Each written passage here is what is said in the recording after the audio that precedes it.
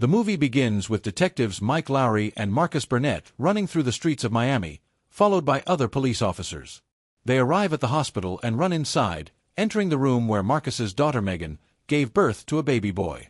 His wife, Teresa, and Megan's fiancé Reggie are also there, and tell Marcus that the boy is named after them.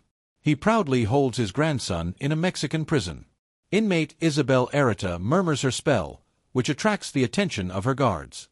Isabel snatches a knife from a guard and stabs her, and another prisoner intervenes and stabs her. Other guards take Isabel out of her only for her son, Armando, to help kill all the other guards. He frees her and returns to her home to avenge her on behalf of her late husband Benito, and her Mike becomes her final target. Armando goes to the port to retrieve the box of money with the intention of working with other gangsters, but the gangsters try to mess with him and take most of the money. Using a weapon trained on Armando, he quickly retaliates by stabbing him. He then ordered the remaining soldiers to join if they wanted to serve their families faithfully. He's joined by a con artist named Lorenzo Rodriguez. Sorrow, Marcus's fellow officers, including Mike and Captain Howard, gather at a bar to celebrate Marcus becoming a grandfather. They meet a woman named Rita, who has just been promoted to lieutenant and is also Mike's ex-girlfriend. She tells us that she will also be taking over the management of Ammo, which employs a team of young executives. Marcus knows that they're too old to endure all the crazy things they used to get into and encourages Mike to calm down, even though he disagrees the two go out to race.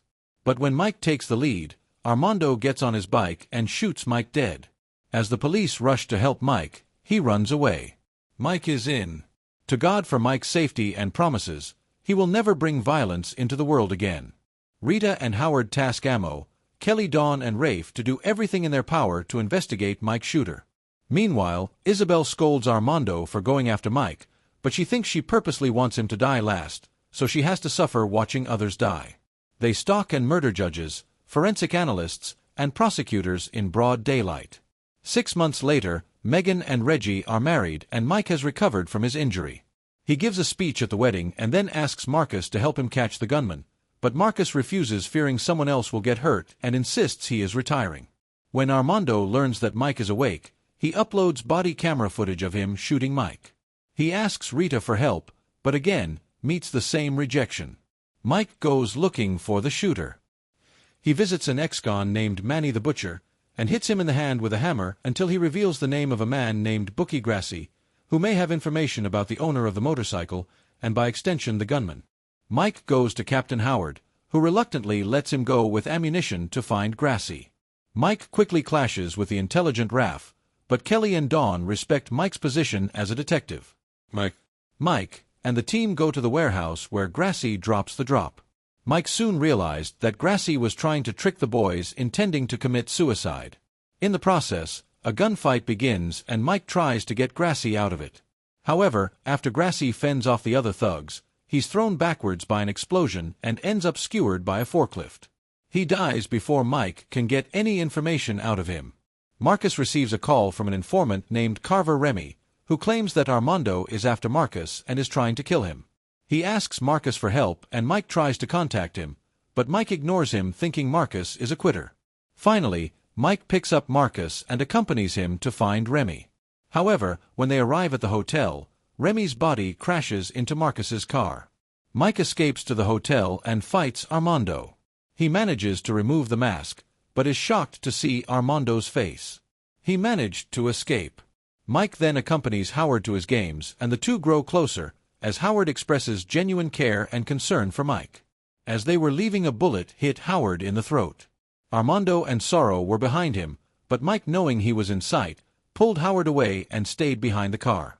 So Armando had no clear chance. Mike tries to revive Howard, but he dies after the funeral. Marcus officially decides to work with Mike to catch the gunman. Mike and Marcus begin searching for the suspicious Pecan Jenkins to find clues about the sniper. They enter Jenkins' motel room where he is completely dazed. Marcus tries to get close to him on a personal level, but it only hits him hard.